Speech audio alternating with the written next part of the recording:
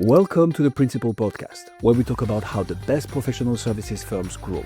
Whether you're looking to scale your firm or learn from the stories of founders and leaders who've done it, you're in the right place. Join us as we interview the best leaders in professional services. Let's get on with the show.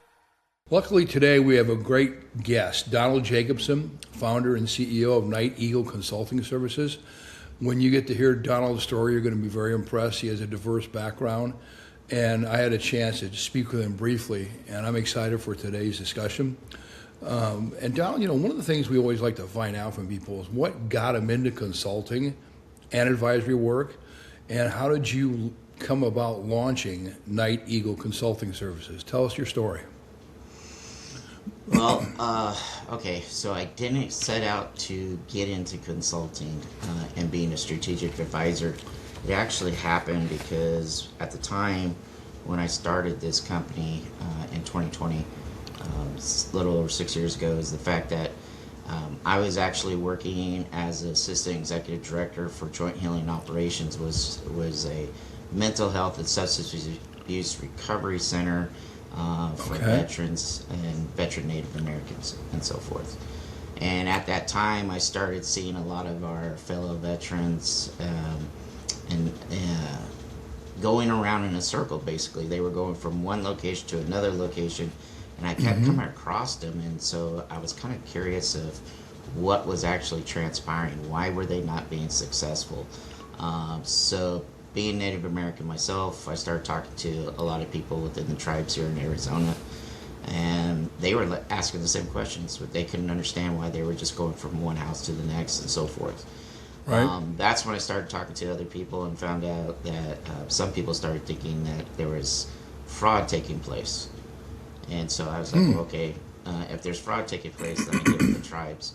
So we got together and we started actually running people through what I started, which was KEX. And that was that I knew exactly what facilities I trusted and that I had worked with over the years, and said, okay, we're going to place you into these specific homes, these centers, because we know treatment occurs. And that's what we started doing. And so we started actually doing that, and they would run through my facility here at KEX. That transpired into what today is over 280 indictments through federal. The FBI came and basically raided the state of Arizona, and that was because there was an insurance fraud taking place, Native Americans disappearing, veterans disappearing, and so forth through this system that they had. And it was just, 280 indictments kind of shocked me myself. I thought it was just like a handful of people doing this. That's amazing. Yeah, so that's actually how it started. From that, people started trusting me a little bit more and more, started learning about my background, as in what I used to do, because I've ran companies before. Not only that, I've held senior positions and so forth in major companies. I've actually owned my own companies, and actually started my first co-owner at 11 and so forth. My goodness. Yeah, so that's my origin story a little bit, is it kind of melds together. So in my family, we were a construction company in California. Viking Construction was our company. My grandfather ran it, and my grandfather knew Al Davis at the time, and a lot of his players from the 60s and 70s would come work for us. I didn't know, but at age of 9, my birthday present in the morning was my grandfather walking into my room and say, hey, happy birthday, here's the rules. You're in school, you're playing sports, or you're on the job site. Here's your tool belt. That was what responsibility was. Learning what the business was instead of playing on the job sites and having fun and going fishing and all that, which we did all the time. But that's when I learned what work was, is at age 9 and so forth. And so I would be on the job site. Yeah, I know a lot of people think, hey, even child laws and everything. Yeah, the child labor laws. Yeah, but you got to think of the time periods and so forth, and how our grandparents raised and how they were raised and so forth. And so that's where it started, was with my grandfather. So my uncle is only a couple of years older than me. Him and I would go to school, and we'd play every sports that we could get our hands on. Even if we really didn't like the sport, we thought we were getting away from the job site. But no, my dad or my grandfather would pick us both up and take us to the job site, and we'd have to finish out the days and so forth, either picking up materials, delivering materials, and so forth. And that's what we learned and so forth, is that way. It was The great foundational work ethic, my yes, gosh. it was, because what it was is that it was a learning experience for me. It started teaching me everything I needed to know about responsibilities. And I also started watching my grandfather and my dad manage the properties and the projects and so forth. And so me and my uncle started paying attention a little bit better, and we learned, hey, we can do these things. So then that led to my dad wanting to go back to school, because he had just recently got out of the Marine Corps. He went to the University of Oregon. During that time period, that's when him and I started a custodial business to help pay for bills. I was doing paper routes, so I know a lot of days paper routes were still around. They don't exist anymore, but a lot of us were paper boys, paper girls, and so forth, when we were kids. So I had my own paper route. I went to school. I played sports. And then at night, I was cleaning offices with my dad. And he made me co-owner at that time, because he was like, if you're going to be doing this, you're going to get paid just like me. And so that's what we did. Oh, that is so cool. Yeah, so I learned that. By the time I was 14, we had moved into Salem, Oregon. Well, actually Rick Real, which is outside of Salem. I took an acre and a half of land, a new house, repainted it, and then I landscaped the whole property at the same time. All his friends. When you were 14? When I was 14. I did all this during basically winter, spring break, leading up to summer. And then that's when all his friends were like, wait a minute, who did this? They thought my dad had hired somebody, and he started pointing at me. So then they started asking me, would I do it? And I said, if I'm going to start doing this, I got to get a crew. So it was asking all my friends at the time. Your 14-year-old buddies? Yeah, I was asking all my 14-year-old buddies, 15, 16-year-old buddies and stuff, because junior high and high school were right next to each other. We all played sports together and so forth. We're in a farming community, so we're either working on the farms or playing sports, going to school and so forth. So those that I know that weren't working farms, I was like, do you want to come to work? So a lot of them came to work for me, and we started a horticulturist and painting company. I started doing that during the summertime, kept it for 2 years, sold it to my uncle when I was 16. So that was my first learning of how to sell. Wow. Man, you talk Then about I didn't see that in the bio. Oh my goodness gracious. Yeah, so, that's so fabulous. Yeah, go ahead. Well, I'm telling you, but I mean, I think what happened there was your grandfather, as well as your father, instilled a tremendous work ethic, and didn't put limitations on you. They said, hey, look, I mean, here's what you can do. And most kids that are that age, you're lucky today if they're off their darn computer or off their iPhone.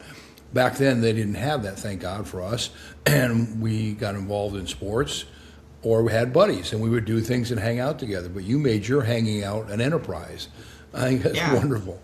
I think that's clever. At the same time, I played music, and during my summer of my 14th year, I actually went on tour with a drum and bugle corps. My dad and my uncle made sure that the company still ran when I was gone for 3 months. Came back to a company still existing, still operating, continued going to school, continued playing sports, and continued music. So it was. Well, like you and I talked about yesterday, we had a chance to speak briefly. Sports is our background for both of us, and for you there in Oregon, and in particular, when you talked about doing all that in the winter, if people are not familiar with that part of the world in Oregon, it's rainy and it's cold. So you have to have physical and mental fortitude to make sure I get myself up, get after it every day, regardless of the weather conditions. And that helped instill in you, I think, that fabulous work ethic. Also, I want to thank you for your service coming from the Marine Corps and seeing those issues that many of your fellow veterans are going through. You came up with a book, a step-by-step guide to veteran retention and business. Tell me about that process and what that's all about. So one of the biggest things on that one, and the reason why I wrote that book, is a lot of companies and a lot of friends of mine that manage were always saying, hey, how do I retain my veterans in my company? Mm-hmm. And I'd just tell them, and finally it got to the point I was like, you know what, I'm going to stop telling people, here's a book, just go buy the book, and so forth. We have, because of 9/11, and because of every war, there's always kind of like a gimmick that transpires, and I hate to say it that way, but it is. It's a gimmick. It's a ploy. It's a marketing ploy. And business started going out and saying, we're a veteran-friendly company, and we're venture-friendly. And you see it plastered all over the place. And it's like, okay, so tell me about your veteran-friendly business. How do you retain your veterans? They couldn't answer it. They didn't know how to answer it, and so forth. They just had the sticker saying, I'm a veteran. Or they tossed numbers at it and said, oh, we've got 500, we have 100, whatever it is. But right, they didn't have any plan. And I could go into numbers on that one, because I'll give you Excuse me. I won't name the bank. Right. There's a national bank here in the United States. They have over 10,000 veterans working for them. Their retention rate is 50% after 5 years. Oh my gosh, that's horrible. Yeah. The highest years. cost of business is hiring and firing of employees. So they were just Correct. basically burning through everything. They're just burning through it, and they just didn't care. And the reason why they didn't care is because the person in charge of hiring veterans was a former veteran himself, but he was a medal chaser, ribbon chaser is what we used to call him in the military. He was just chasing accolades. He didn't care about retaining. But it was the people in charge of the chapters, because within that organization they have little chapters for the veterans to meet and greet and all that. It was those people that reached out to me, and I was like, hey, this is what you got to do. And couldn't get anything above that and so forth because of the gatekeepers, and I get that. Correct. And so forth. But really what it is that if you're going to retain your veterans within your company, first and foremost, use them properly and so forth. And understand that veterans do have issues, but at the same time, veterans come with so much more experience than your average college kid. Correct. You go out and you're spending Life all this experience. money. Right. Because why? They went into the military 18. They were already handling billions of dollars worth of equipment. They already know logistics. They already know leadership. You got an 18-year-old kid who 2 years later is already running his own fire squad team, is already in charge of men and so forth. That's leadership. Why not use it to your ability? Companies that do that, companies that understand that your veterans have more knowledge and more experience and so forth than your average college graduate, when they do that, their profits start skyrocketing. Their retention Well, makes sense. Because veterans, all we want to do is we want to work when we get out. All we want to do is have that way to get promoted at the same time. And if And know how to serve Right. and sacrifice for what's important for the team, Right. not the individual. Correct. And that's how companies thrive. Yes. And then that's the biggest thing is a lot of companies just didn't realize that. And then also you got to remember, veterans have medical appointments that they got to get to. And it's still, even though we're not in the military, it's still required that if the VA calls up or sends us a notification that we have an appointment, we have to go. Because if we stop going and stop taking meds or anything, our Then you don't get the disabilities benefits. our benefits can disappear. And that's the unfortunate side. So it's having companies that understand that I have a veteran that may need to go and take care of things during the middle of the day. Let him go. Let him go take care of that stuff. He'll Right. come back to work. He's gonna, if it's the end of the day, great. He'll come back to work the next day. If you maintain that cohesiveness with him and understand what they need, they will come back to you 100% stronger and 100% dedicated to your company. Well, that's what everyone wants in an employee: commitment, dedication, and loyalty. All those things that they learned when they were in the military, they can apply in the civilian sector as long as they have the form to do it.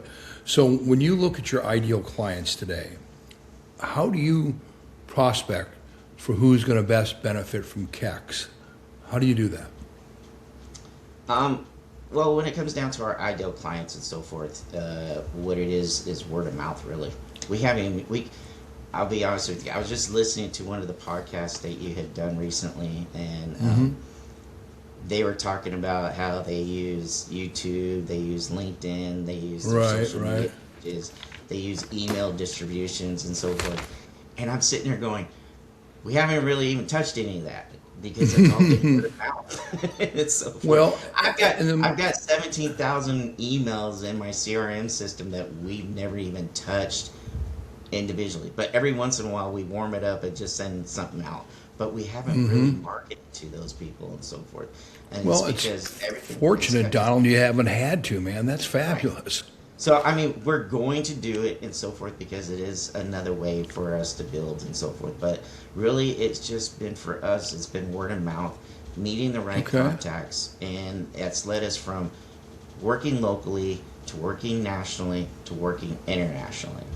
And right now, we have more international partnerships right now than we did last year. 6 months ago, I didn't have $6.2 billion worth of contracts sitting in front of me and so forth, looking for assistance and needing assistance. And I'm having to weed through all of it to figure out, am I going to work on this or am I not going to work on this? You know, because they go from Pakistan, India, Africa, Europe to the GCC. You know, it's all over the place. And so it's really about what is it that you need from us? Can we actually do it? Do I have the people to do it? And is it a yes or no? And I've turned down stuff. I have to say. Well, that's a great problem to have, Donald, a lot of people. But I think it gets back to your whole beginning of your career at 9 years old, Grandpa waking you up and going, here's your option, man. You got the tool belt or you got this. And you figured out, okay, I got to figure out what I want to do in my life. And you've continued it all the way through your whole development. I want to ask you a question. When you get referrals and now they're international, who are those customers? Are they military customers or are these just leadership people that are looking for guidance and better structure in how their company runs? A little bit of both. A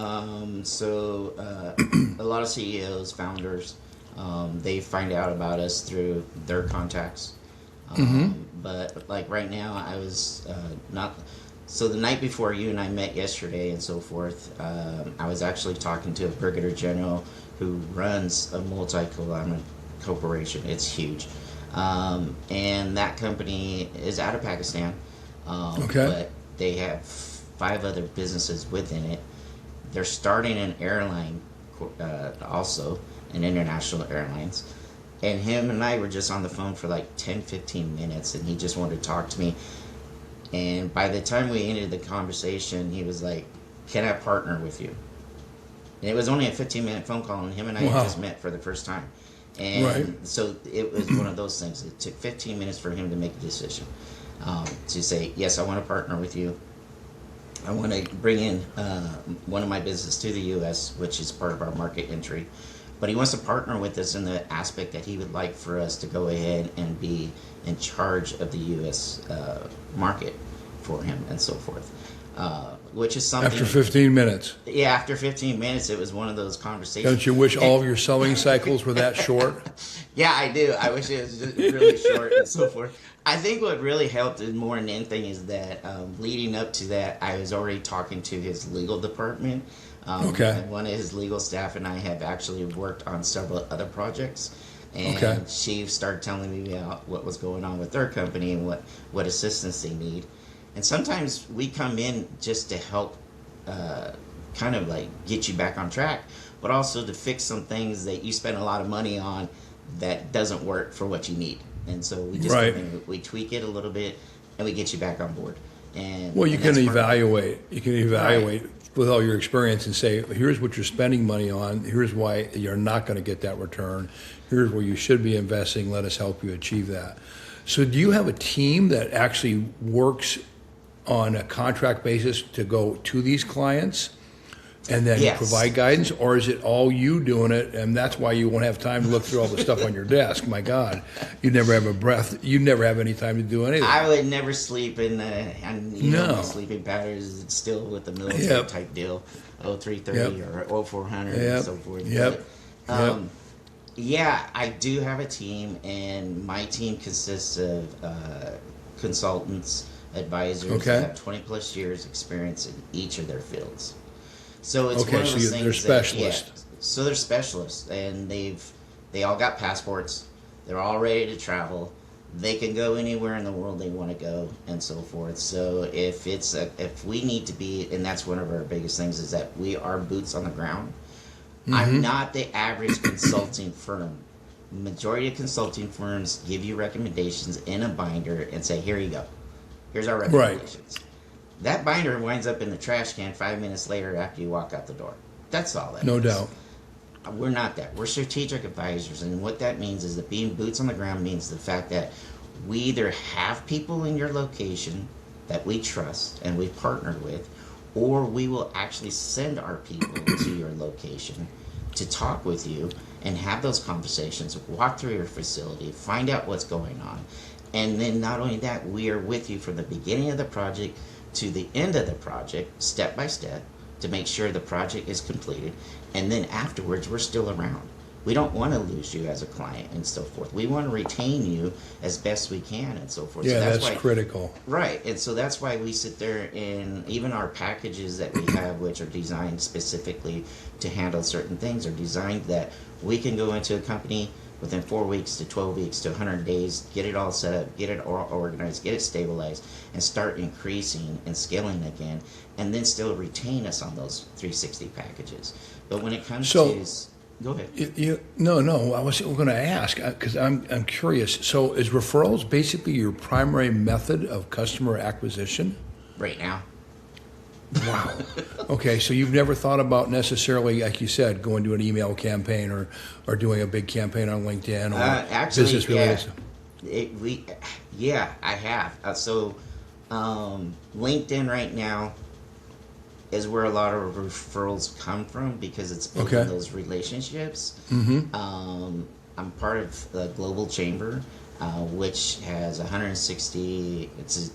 The Global Chamber is inside 160 countries with 650 chapters, and those are all CEOs. There's made up of CEOs. They're made up of founders. There's a lot of politicians in that chamber also. And it's great because of the fact that they network for us at the same time. Right. We fill out documents every once in a while just to see what the status of your company is, see who your clientele you're looking for, who you want to partner with. And then it goes into this big center, a system that they have, and it spits out who is looking for us and who we're looking for.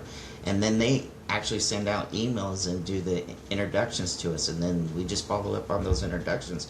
So that's how a lot of it started recently with our international. Warm transfers, basically. Yes, warm transfers and everything. But yes, we do have the 17,000 emails that are sitting in the system. Those emails actually come from each one of our advisors. So all of our advisors have actually spoken to these individual people.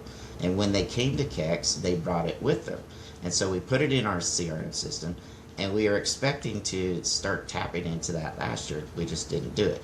Now I have a gentleman right now who does that for a living, loves doing CRMs, loves working with Go High Level. And so he is now in our system, and he's getting it all set up for us to actually start doing those campaigns.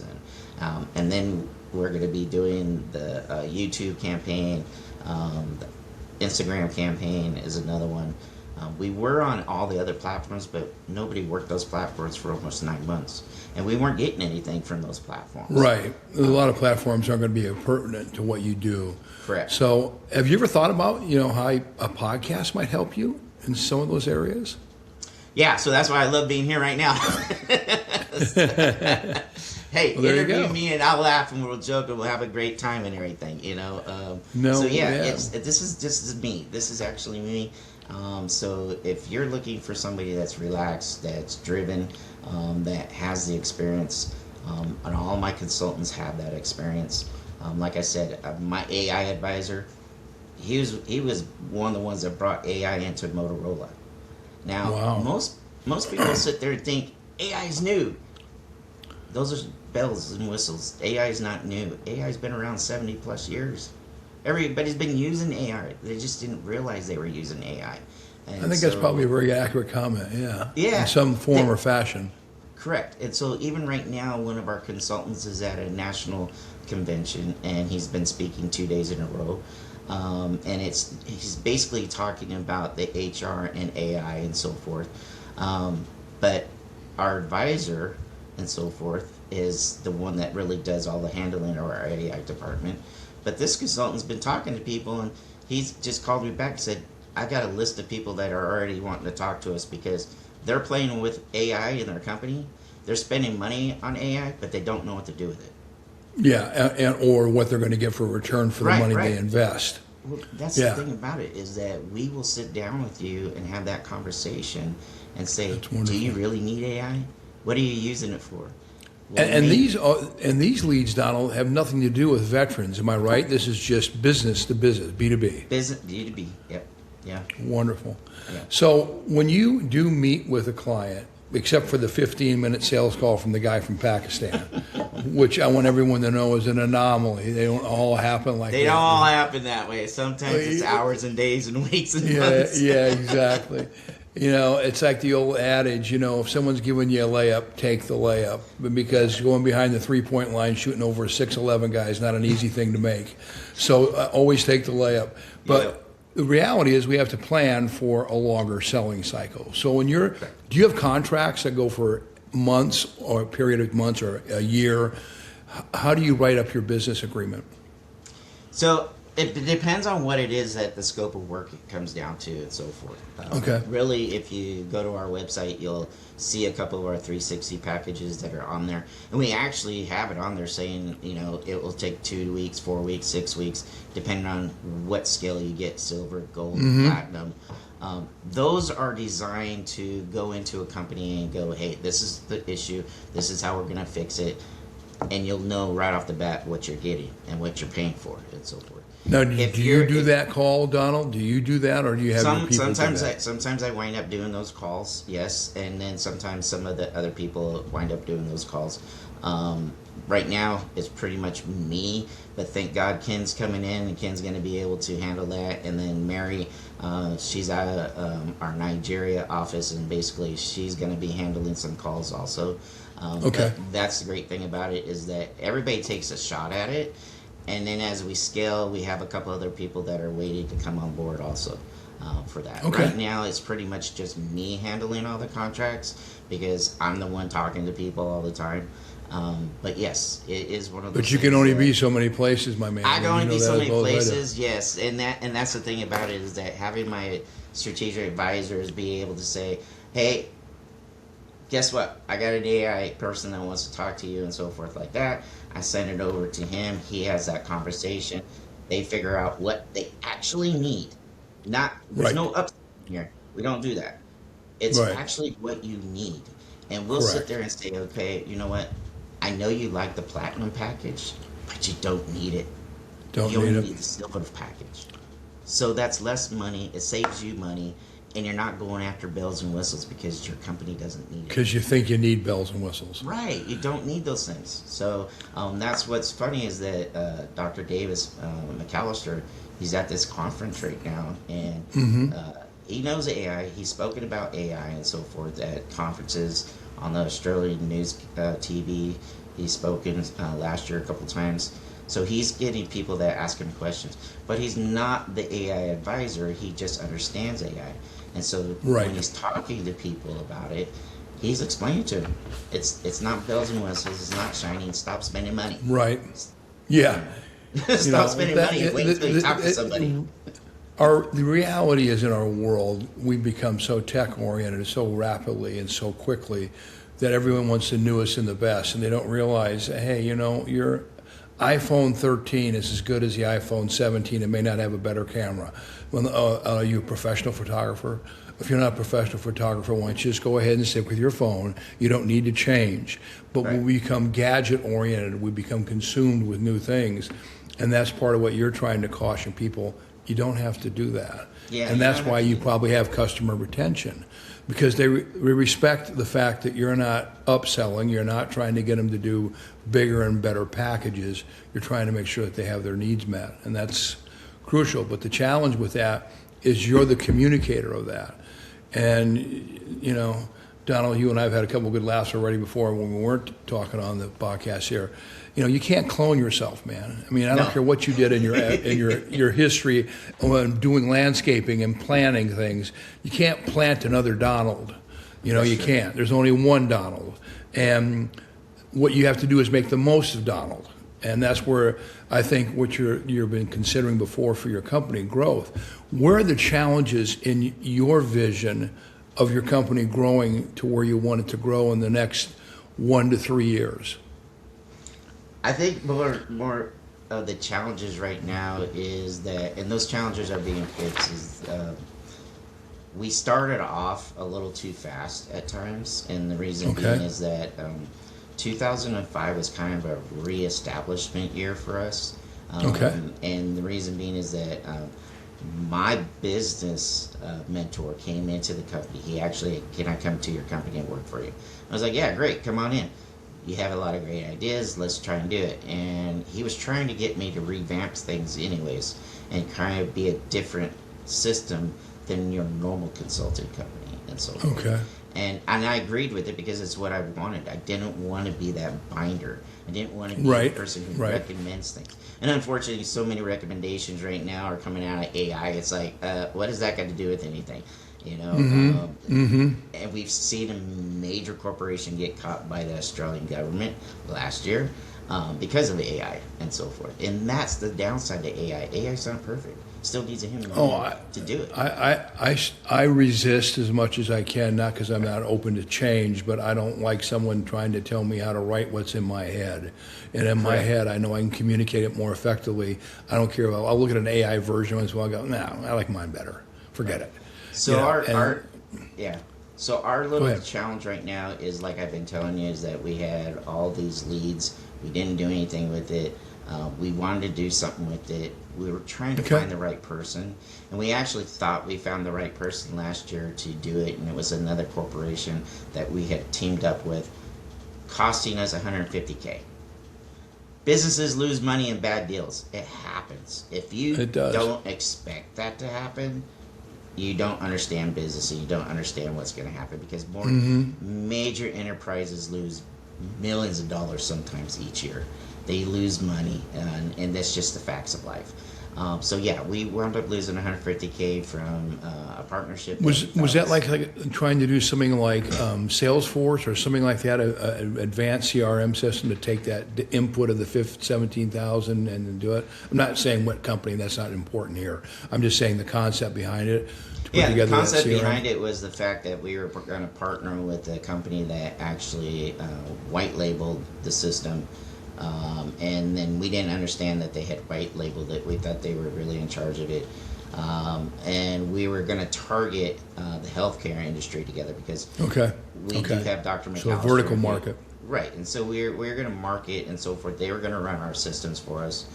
So we ran everything into that system.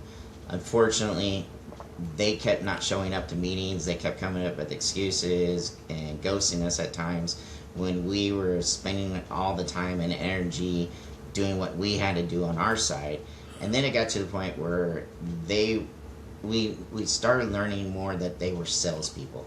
They were more salespeople, and they weren't knowing how to actually deliver the They product. didn't know how to deliver and execute what they were trying to do. And the unfortunate side of it cost us time, money, and energy. But at the same time, it was a learning experience, because we sat there and go, wait a minute.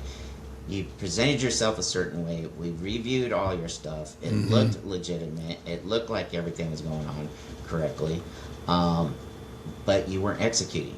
And you wouldn't listen to us, because we're trying to tell you how strategic advisors work in this field. But you're trying to box us into something that is not our area of expertise. And not only that, it doesn't work. And so forth. Yeah. And he was like, it's kind of a bad combination. He was like, that's too expensive. And I'm like, too expensive, then how do I pay my people? And so forth. Because I've got to make money in order to pay my people to do what you wanted to do, what this thing is. And we took on another contract with them, also another partnership, and another division they had, because they have 9 companies. And eventually it was one of those things that I was just like, okay, we're losing something here. So that is why we didn't get to those emails last year. We moved into our own system. We are now running our own system as the agency and so forth, which a lot of companies do, or you can hire somebody to do it. We finally brought somebody in that we trust to come into our system to actually run it. We've already had people in there scourging through all the emails to make sure all the emails are correct. make sure they're all in the industries that they're supposed to be, so that way we don't have to worry about it. So we have people in there doing it. So yes, that has been one of the things for us, but it will launch here shortly in the next month, probably even sooner. Good. So yes, so that's been one of the setbacks and so forth for us.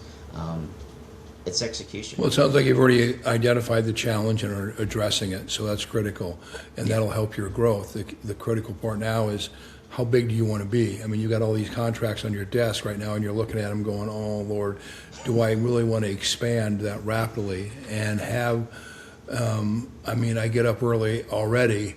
Do I want to get up even earlier, and do I want to stay up later, or do I have a quality of life issue I got to balance as well? And so that's a dilemma you have when you're successful, Donald, and that's part of what why you're on this podcast today, because we wanted to share your story. And our time has gone by. You and I are great conversationalists, man. We've gone 35 minutes, and it's already gone. So I want to make sure, though, that everyone knows how to reach you, Donald. So would you please share best way to reach and gain more information about KEX and what it could be for them and how to reach out? Well, first and foremost, KEX, Night Yield Consulting Services, we help organizations stabilize, optimize, and scale. So that's our main focus for everybody out there, because everybody has those issues. We work alongside all the teams to improve their performance, execute any strategic things that they have, because CEOs and founders, they have visions, but sometimes those visions don't get executed properly down at the lower levels. So we come in to do that. So the best way to get a hold of us is go to our website. It is nightyieldconsulting.com, and that's K for night, just like a military night. That's the best way to find us. Another way is just to call us at 480-336-3353, or just email me directly, and you can do that at joe@nightyieldconsulting.com and so forth. And you can find me on LinkedIn. I really appreciate your time today, Donald, and the conversation. I enjoyed it when we had an opportunity to speak yesterday, and it's even better today, and I learned more about what you do. It's just beyond, and I love your foundation. That's why I think you're successful. You got to thank your grandpa and your dad. I imagine hopefully one of them may still be with us, and if they are, make sure you say Happy Father's Day, but obviously think about them on this coming Sunday. Yeah, unfortunately, both of them have passed. And they're still with me. I still think about them. There you go. Well, they obviously are. I could tell from that. Yeah, Donald, they're still with me, all their ethics and so forth, so I appreciate that. Thank you for your time today. Appreciate it, and I think you did a great job, and people now understand a lot more about what your company is and who the person is behind it. Thank you. Thank you, Dennis. I appreciate it. You're welcome. Thanks for joining us on this episode of the Principal Podcast. We hope you've learned valuable lessons and strategies to grow your firm and take your business to the next level. Make sure to subscribe and leave us a review wherever you're listening to this show so you never miss an episode. To apply and be a guest on the show, click the link in the description. See you next time.